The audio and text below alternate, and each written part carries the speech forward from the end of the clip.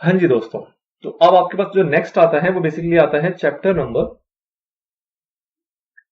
7 का section number 102।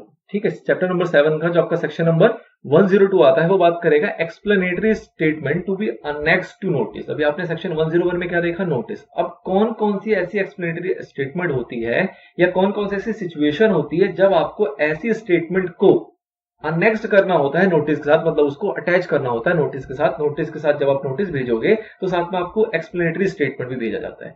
ये है बेसिकली सेक्शन का नाम। इसको इस नाम से भी सेक्शन को जाना जाता है कि स्पेसिफाइड बिजनेस क्या होते हैं, स्पेशल बिजनेस क्या होते हैं और ऑर्डिनरी बिजनेस क्या होता है। अगर आप इस चीज को समझ गए तो भी इसके अंदर कोई दिक्कत नहीं रह जाती। तो सिंपली बेसिकली ये सेक्शन क्या कहता है कि भैया एक्सप्लेनेटरी स्टेटमेंट आपको तभी भेजने की जरूरत है जब आप मीटिंग के अंदर किसी भी स्पेशल बिजनेस के ऊपर चर्चा करने वाले हो।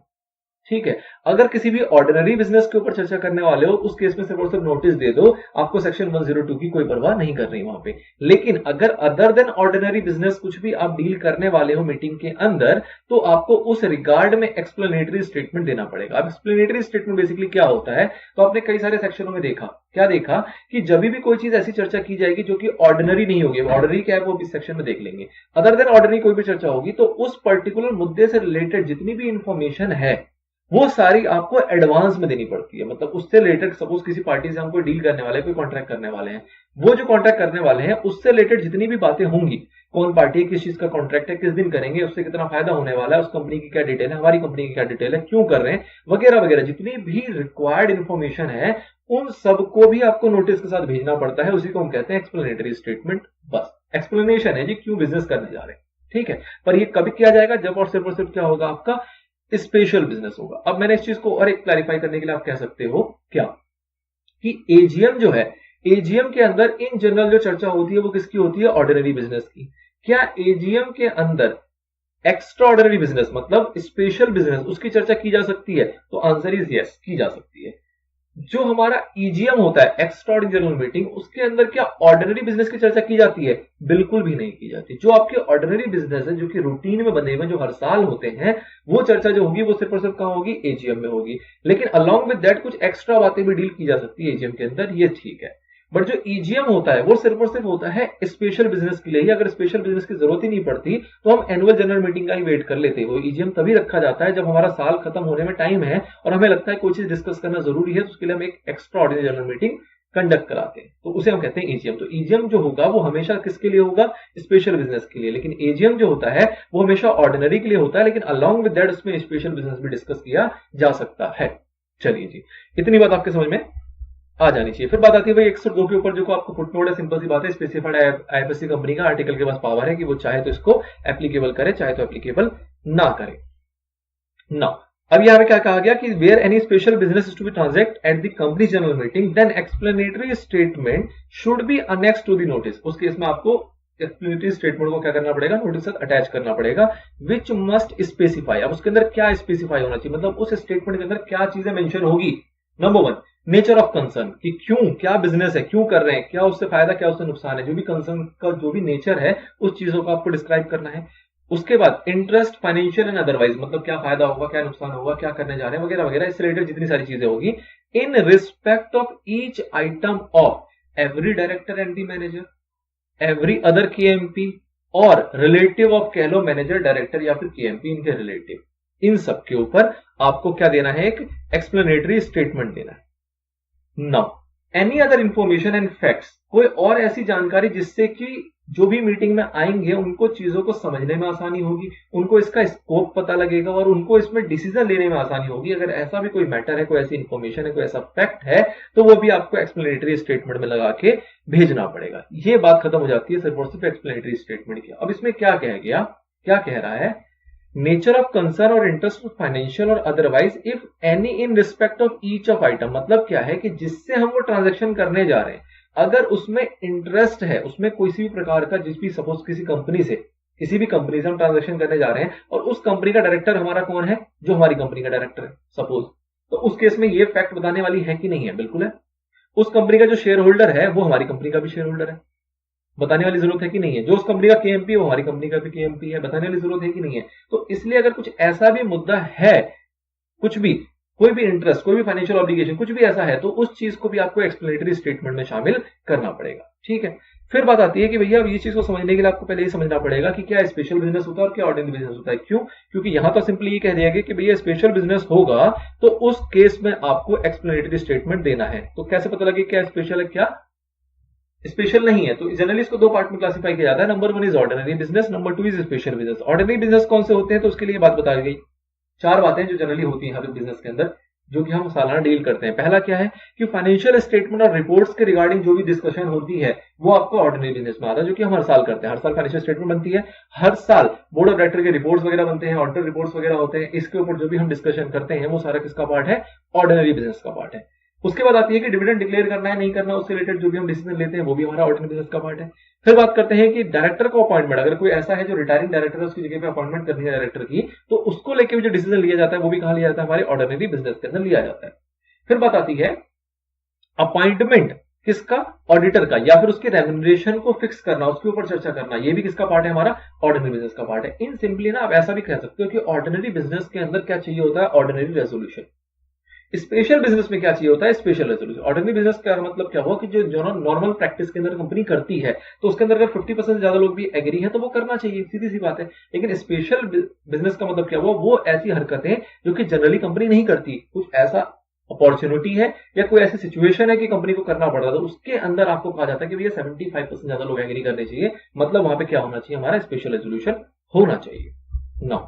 फिर कहा जाता है कि भैया इन बिजनेस के अलावा, इन 4 बातों के अलावा जितने भी बिजनेस बच गए कंपनी अगर उसके बारे में डील करना चाहती है तो वो सारे बिजनेस आपके क्या कहला जाते हैं? Special business. फिर एक चीज और कह दी गई कि at extraordinary general meeting every business transacted is a special business, जो कि मैं आपको पहले बता चुका हूं कि भैया ईजीएम के अंदर जो भी चीजें डिस्कस की जाएगी वो सारी क्या होंगी? आपकी स्पेशल बिजनेस ही होंगी।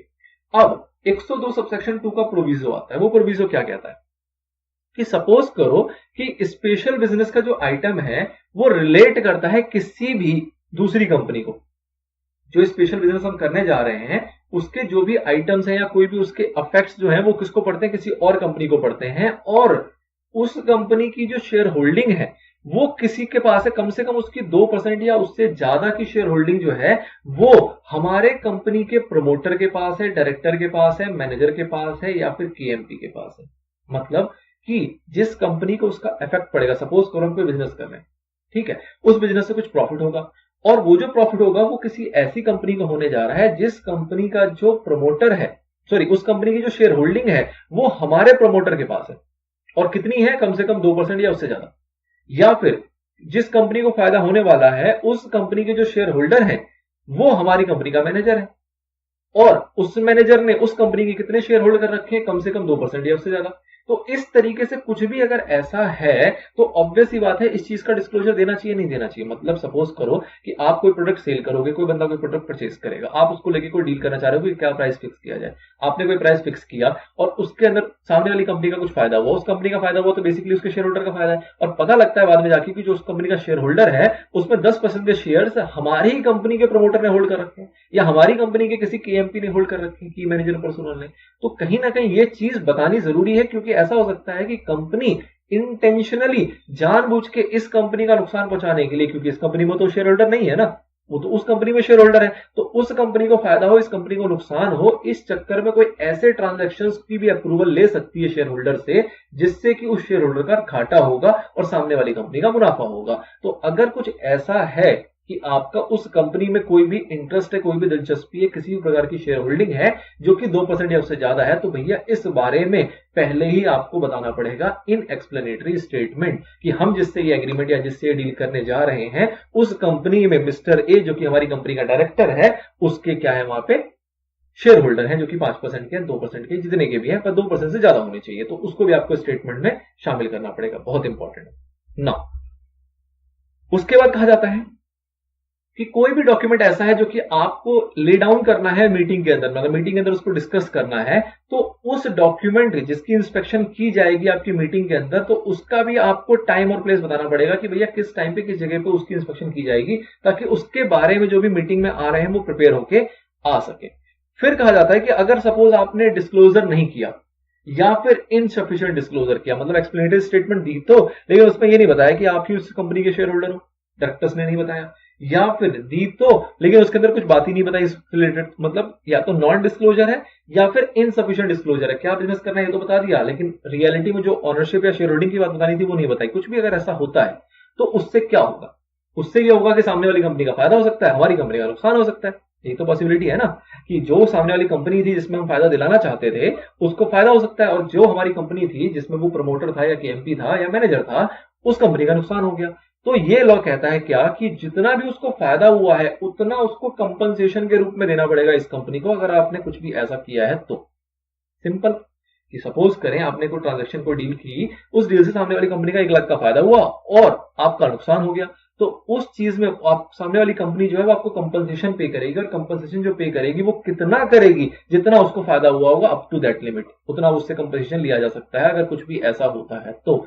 क्यों हुआ, बिकॉज ऑफ नॉन डिस्क्लोजर या फिर इनसफिशिएंट डिस्क्लोजर। अगर आपने डिस्क्लोजर दे रखा था उसके बाद भी कंपनी ने वो काम किया, फिर भी कोई नुकसान होता है, सामने वाली कंपनी को कोई फायदा होता है, तो उस केस में कोई सिनेरियो नहीं है।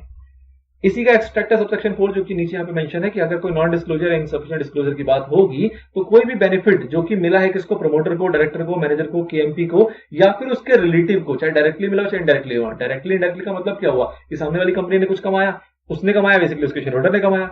शेयर होल्डर कौन था, जो इस कंपनी का डायरेक्टर था, जो हमारी कंपनी का प्रमोटर था, जो हमारी कंपनी का केएमपी था, या उसका रिलेटिव था।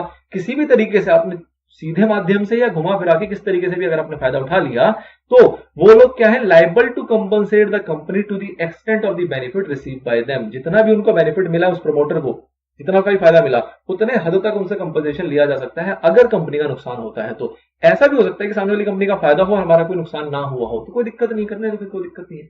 बट इनकेस अगर हमारा नुकसान होता है तो उतने हद तक कंपनसेशन उनसे लिया जा सकता है, चाहे वो प्रमोटर हो, चाहे वो डायरेक्टर हो, चाहे वो केएमपी हो, चाहे वो मैनेजर हो ना। पेनल्टी की बात आती है कि भैया अगर यहाँ पे कुछ पेनल्टी वगैरह की बात करें तो सबसेक्शन 4 तो जो है वो है, ये कह रहा है भैया सबसेक्शन 4 में जो आपसे वसूला जा रहा है वो तो वसूला जा ही जा रहा है। उसके अलावा भी जो भी प्रमोटर हो, डायरेक्टर हो, मैनेजर हो या केएमपी हो, इन्हीं से पेनल्टी ली जा सकती है। रिलेटिव से तो पेनल्टी लेंगे नहीं, वो तो कंपनी का हिस्सा है ही नहीं। रिलेटिव से कंपनसेशन लिया जा सकता है बट पेनल्टी नहीं लिया जा सकती। तो पेनल्टी जो है वो इन चारों से ली जाएगी। कौन कौन से, प्रमोटर, डायरेक्टर, मैनेजर या फिर केएमपी, इनसे पेनल्टी लिया जाएगा। अलॉन्ग विद जो सबसेक्शन 4 में लिखा है वो तो लिखा ही है। कितनी पेनल्टी ली जाएगी, 50,000 रुपए, या फिर जितना भी उन्होंने फायदा उठाया उसका 5 गुना, विच एवर इज हायर, 50,000 और 5 times the amount of benefit. जितना भी उनको बेनिफिट मिला उसका 5 गुना कर दो। सपोज उन्होंने लाख रुपए कमाया था तो 5 गुना कर दो, 5 लाख हो जाएंगे, और 50,000, तो विच एवर इज हायर है। ध्यान देने वाली बात है, विच एवर इज लोअर नहीं है। तो विच एवर इज हायर का मतलब क्या हो, 50,000 तो गए ही गई हैं, और इससे ज्यादा अगर कमाया होगा तो उससे ज्यादा भी देना पड़ेगा, तो उसका 5 गुना देना पड़ेगा ये बंदो। ठीक है, तो 5 times whichever is higher, तो उतनी आपको पेनल्टी लगेगी कंपनी हेल्थ के हिसाब से। फिर बात आती है 102 की एप्लीकेबिलिटी के ऊपर। तो अगेन वही चीज है, सेम टू सेम जैसा आपने 101 के अंदर पढ़ा था कि भैया यहाँ पे अप्लाई होगा, लेकिन डिपेंड अपॉन उनके आर्टिकल में क्या लिखा है, मतलब उनके आर्टिकल के पास पावर है, वो चाहे तो अप्लाई करे 102 को, चाहे तो ना करे। फिर बात आती है, लेकिन एक प्रोविजन जब भी प्राइवेट कंपनी में होता है वो तभी मिलता है जब उन्होंने कोई भी डिफॉल्ट ना किया हो फाइलिंग के अंदर, जो कि सेक्शन 137 या सेक्शन 92 के अंदर आता है। एक क्लैरिफिकेशन का फिर यहाँ पे मुद्दा है, ratification of appointment of statutory auditor. ना ये क्या है, इसको समझ लो, बस बात खत्म हो जाएगी। यहाँ पे स्टैट्यूटरी ऑडिटर की जो अपॉइंटमेंट की जाती है वो की जाती है सेक्शन नंबर 139(1) के अंदर। क्या कहा जाता है वहां पे कि एक बार स्टैट्यूटरी ऑडिटर को जो अपॉइंट किया जाएगा कंपनी के अंदर, वो किसमें किया जाता है, ऑर्डिनरी बिजनेस। अभी आपने ऊपर देखा ऑर्डिनरी बिजनेस का पार्ट था स्टैट्यूटरी ऑडिटर को अपॉइंट करना और उसके रेम्युनरेशन को फिक्स करना, ऑर्डिनरी बिजनेस है हमारा। अब हमने स्टैट्यूटरी ऑडिटर को अपॉइंट कर दिया, ठीक है। अपॉइंट जो होता है उसकी क्या डेफिनेशन है, बेसिकली कि जो कंपनी अपॉइंट करती है वो एक बार अपॉइंट करती है, कब तक के लिए करती है, अगले 5 साल के लिए करती है। एक बार में वो 5 स्लॉट के लिए 5 साल के लिए अपॉइंट हो जाता है, चाहे वो फॉर्म हो चाहे वो इंडिविजुअल ऑडिटर अपॉइंट हुआ हो। और 6th साल तक की मीटिंग तक के लिए बेसिकली कहा जाता है कि अपॉइंटेड है, मतलब 5 साल की ब्लॉक के लिए हुआ है। फर्स्ट ईयर की एजीएम अपॉइंट होगा और till the conclusion of 6th meeting, 6th AGM तक वो अपॉइंटेड माना जाता है ना। ये तो है, लेकिन साथ में 139(1) का ही जो प्रोविजन है वो ये भी कहता है कि भैया ऐसा नहीं है कि अपॉइंट हो गया तो 5 साल तक वो मीटिंग में कोई दिक्कत नहीं होगी, उसकी कोई जरूरत नहीं पड़ेगी ना। मीटिंग में उसके ऊपर क्या दिया जाएगा, रेटिफिकेशन दिया जाएगा। रेटिफिकेशन मतलब कि उसको कंटिन्यू किया जाएगा, उसके टेन्योरशिप को पहला साल कंप्लीट होगा, फिर उसको रेटिफाई किया जाएगा मेंबर्स के द्वारा ऑर्डिनरी रेजोल्यूशन के थ्रू, ठीक है।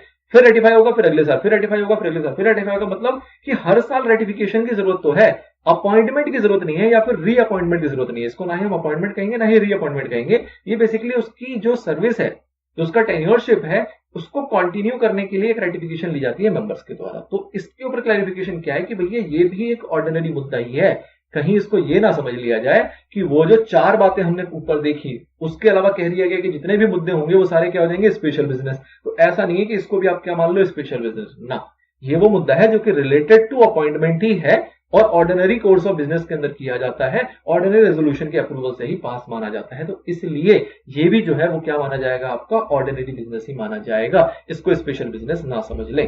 ठीक है, केस स्टडी बेसिकली इसके ऊपर, तो इसलिए इसको यहाँ पे अच्छे से क्लैरिफाई कर दिया गया। तो मोटा मोटा मैंने सब बता ही दिया, तो इसको मैं अलग से पढ़वाने की कोई जरूरत है नहीं। ठीक है, रेटिफिकेशन भी बेसिकली ऑर्डिनरी बिजनेस ही माना जाता है। ये बेसिकली 139(1) का जो एरिया है उसको एक बार रीड कर देते हैं। Every company shall at the first AGM appoint an individual और a form of auditor who shall hold office from the conclusion of that meeting, उस मीटिंग से शुरू हो जाएगी till the conclusion of 6th AGM and thereafter till the conclusion of every 6th meeting. तो basically वही है कि एक साल पहले साल अपॉइंट हुआ और अगले 6 साल की मीटिंग तक के लिए वो अपॉइंटेड माना जाता है। तो इसलिए हमें यहाँ पे क्या करना पड़ता है, सिर्फ और सिर्फ उसका रेटिफिकेशन। इस रेटिफिकेशन को ना ही हम अपॉइंटमेंट कहते हैं ना ही हम रीअपॉइंटमेंट कहते हैं। बेसिकली किस चीज के लिए, ये कंटिन्यूएशन के लिए। अपॉइंटमेंट तो उसका एक ही बार हो गया 5 साल के लिए, कोई दिक्कत नहीं है, बट इसको रेटिफाई किया जाता है स्टिल एवरी ईयर। ठीक है, okay, this is all about section number 102 जो कि एक्सप्लेनेटरी स्टेटमेंट के ऊपर बात कर रहा था, या कह लो कि जो स्पेशल बिजनेस और ऑर्डिनरी बिजनेस के ऊपर बात कर रहा था। चलिए जी।